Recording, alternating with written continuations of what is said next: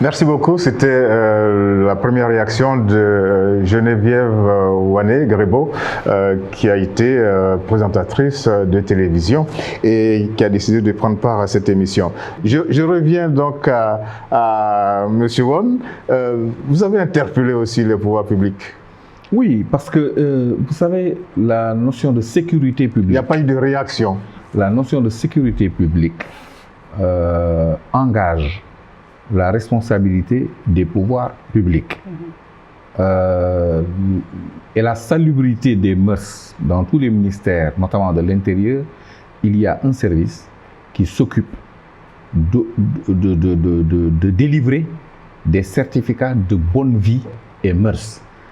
Éventuellement, pour aller obtenir un poste de direction, un poste ministériel, il y a une enquête qui est faite pour savoir est-ce que cette personne a une bonne réputation et une bonne moralité. Il est quand même inquiétant de voir des jeunes filles prendre les avions régulièrement. À chaque fois qu'il m'est arrivé d'aller à Dubaï ou dans des pays comme ça, j'ai remarqué depuis longtemps que dans l'avion, il y avait des personnes qui ne me paraissaient pas être des cadres de banque, qui ne me paraissaient pas être des personnes en voyage d'affaires,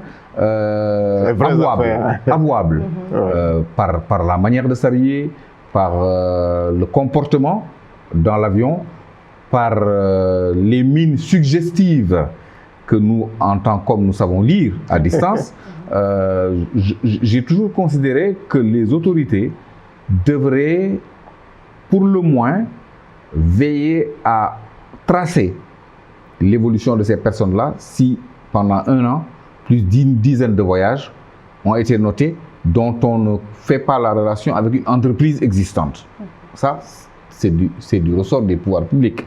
Si j'étais ministre de l'Intérieur et que l'on me rapporte des fiches de l'aéroport pour une dame ou une jeune fille, disons, qui voyage 10 fois, 15 fois sur Dubaï et qu'au niveau des services fiscaux, elle n'est pas répertoriée comme une entreprise qui rapporte au Sénégal des revenus, on va l'interroger. C'est une entreprise non pas individuelle, mais personnelle. Même si c'est une entreprise personnelle, ces chiffres doivent quelque part apparaître. En termes de dédouanement de marchandises, ne serait-ce que ça.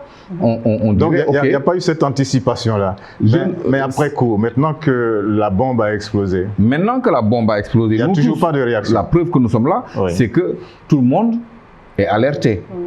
Aujourd'hui, il sera beaucoup moins commode, en tout cas les jeunes filles qui vont prendre l'avion pour Dubaï seront beaucoup moins exubérantes qu'elles ne l'étaient. Je pense que chacun va commencer à faire très attention. Aujourd'hui, une femme qui revient de Dubaï est déjà mal vue. Je suis désolé de le dire comme ça, mais comment dirais-je, le label Dubaï est fortement écorné. Peut-être à tort. On peut maintenant s'interroger, est-ce que c'est une fuite organisée par des destinations qui ont vu leur flux de touristes baisser? Est-ce qu'il y a le début d'un abandon des tuteurs de cette destination privilégiée qui sont les grandes puissances, qui hyper protègent Dubaï parce que c'est leur lieu de villégiature? Parce que n'oublions pas que ce ne sont pas que les Arabes. Aux Émirats Arabes Unis, la plupart des Européens qui ont laissé leurs bourgeoises dans leur pays vont s'acoquiner avec les jeunes filles des pays du Sud. Il y a un problème de fond en réalité. Et le problème de fond que je ne voudrais pas que l'on survole, c'est que nous autres Africains, il faut d'abord que l'on s'interroge en profondeur sur le fait pourquoi les gens vont à Dubaï alors que nous sommes assis, nous, sur des ressources naturelles, minérales et végétales que tout le monde convoite et que nous n'arrivons pas à les mettre en valeur pour retenir nos femmes. Moi, c'est ça qui m'intéresse. Pourquoi aujourd'hui Abidjan, Dakar ne sont pas les capitales mondiales où tout le monde se bouscule? Pourquoi nos jeunesses... On nous dit que les pays arabes ont su exploiter, ont su rentabiliser le pétrole. Pourquoi? Ce qui n'est pas le cas des pays africains. La bonne question, c'est de se dire, au moins, ils ont un sentiment d'appartenance patriotique qui nous fait défaut. Nous autres, nos élites dirigeantes, préfèrent se vanter d'avoir un appartement à Los Angeles, Tout à fait. d'avoir un appartement à Paris, d'être entre 2 avions et de laisser la misère autour d'eux. Ça, c'est des problématiques que l'on doit adresser.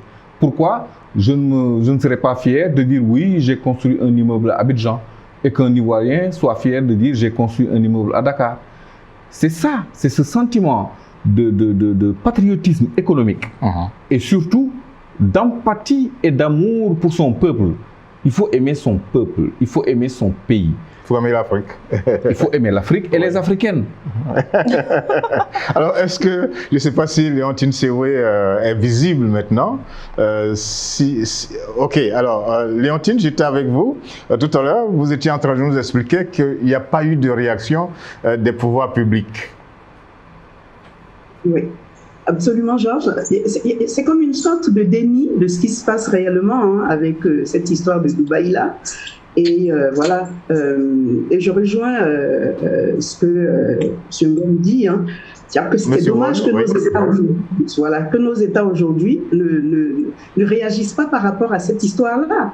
C'est-à-dire que moi, je vois dans la divulgation de ce secret-là, parce que disons les choses telles qu'elles sont, c'était un secret, et il a parfaitement raison quand il dit que ce n'est pas seulement les gens des pays arabes qui s'adonnent à ces pratiques-là. Juste pour la petite histoire, moi j'ai entendu parler de ces pratiques-là, j'étais encore étudiante en France. C'était quoi dans les années, j'étais encore étudiante, c'était dans les années 95, quand voilà, j'ai un grand frère dont je ne dirai pas le nom, mais qui travaille avec de telles sommités. Et voilà, et j'ai été le voir pour lui dire, écoute, j'ai entendu dire que quand des personnalités arrivent, tu prends un certain nombre de filles pour aller pas des escort girls, mais aller leur servir de guide touristique, faire leurs courses, faire leur ménage. Moi, j'aimerais bien, je suis étudiante, j'aimerais bien gagner un peu d'argent. Il m'a dit, laisse tomber, je t'expliquerai plus tard. Et c'est là qu'il m'a parlé de ça. Mais voilà, effectivement, c'est-à-dire que le petit aspect qu'il a abordé avec moi était loin de ce qui est en train de se passer aujourd'hui. Il m'a juste dit que quand ces gens-là arrivent, ces jeunes dames comprennent, en fait, ce sont des escort girls. Et les pays, nos frères arabes, je ne les montre pas du doigt. Loin de moi l'idée de juger qui que ce soit, mais je ne fais que dire les faits. C'est-à-dire que ces filles, on les prend, on les envoie dans leur chambre d'hôtel, on fait plein de couscous, on vient des fruits, on les étale comme une grande assiette, on met tout ça là-dessus et puis ils mangent à même la bouche. Elles s'en sortent avec plein d'argent mais plein de blessures. Et donc voici comment j'ai entendu parler de ça. Donc ça n'est pas un phénomène qui est nouveau, qui est propre à l'Afrique, qui est propre à la Côte d'Ivoire. Et ici, en Côte d'Ivoire, il y a un déni d'en parler. C'est comme si il y avait une sorte de loi du silence qui s'était faite autour de ça. Et moi, je dis tout simplement que cela participe aussi d'une certaine manière de conduire la société ivoirienne aujourd'hui. Je te parle de la Côte d'Ivoire parce que c'est cette société-là le mieux. Et comme pardon, de toute façon, Georges, vous me connaissez, moi, j'ai toujours mis les pieds dans le plat. C'est-à-dire que quand on est dans un pays où on fait la propagande de la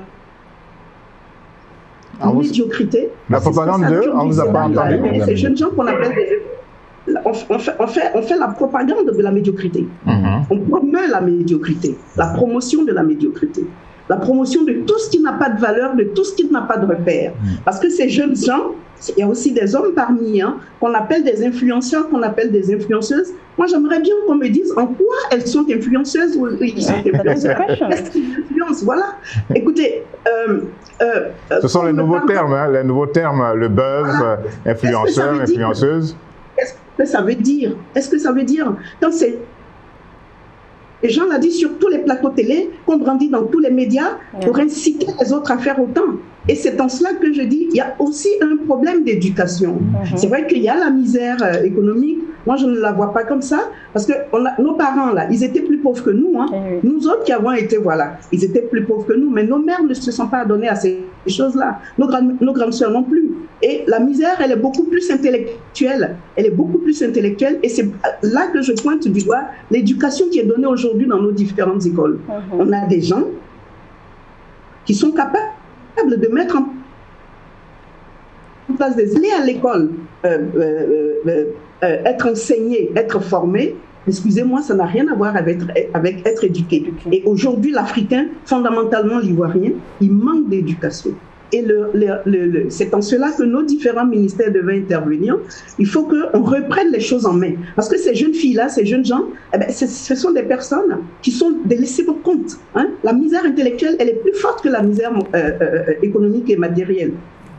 Voilà. Et c'est ça qui les pousse à ça. C'est ça qui les pousse à renier même leur race. Parce que c'est ça, c'est le reniement même de sa race. Et ça me fait mal. Ça me fait mal en tant qu'Africaine. Ça me fait mal en tant que mère.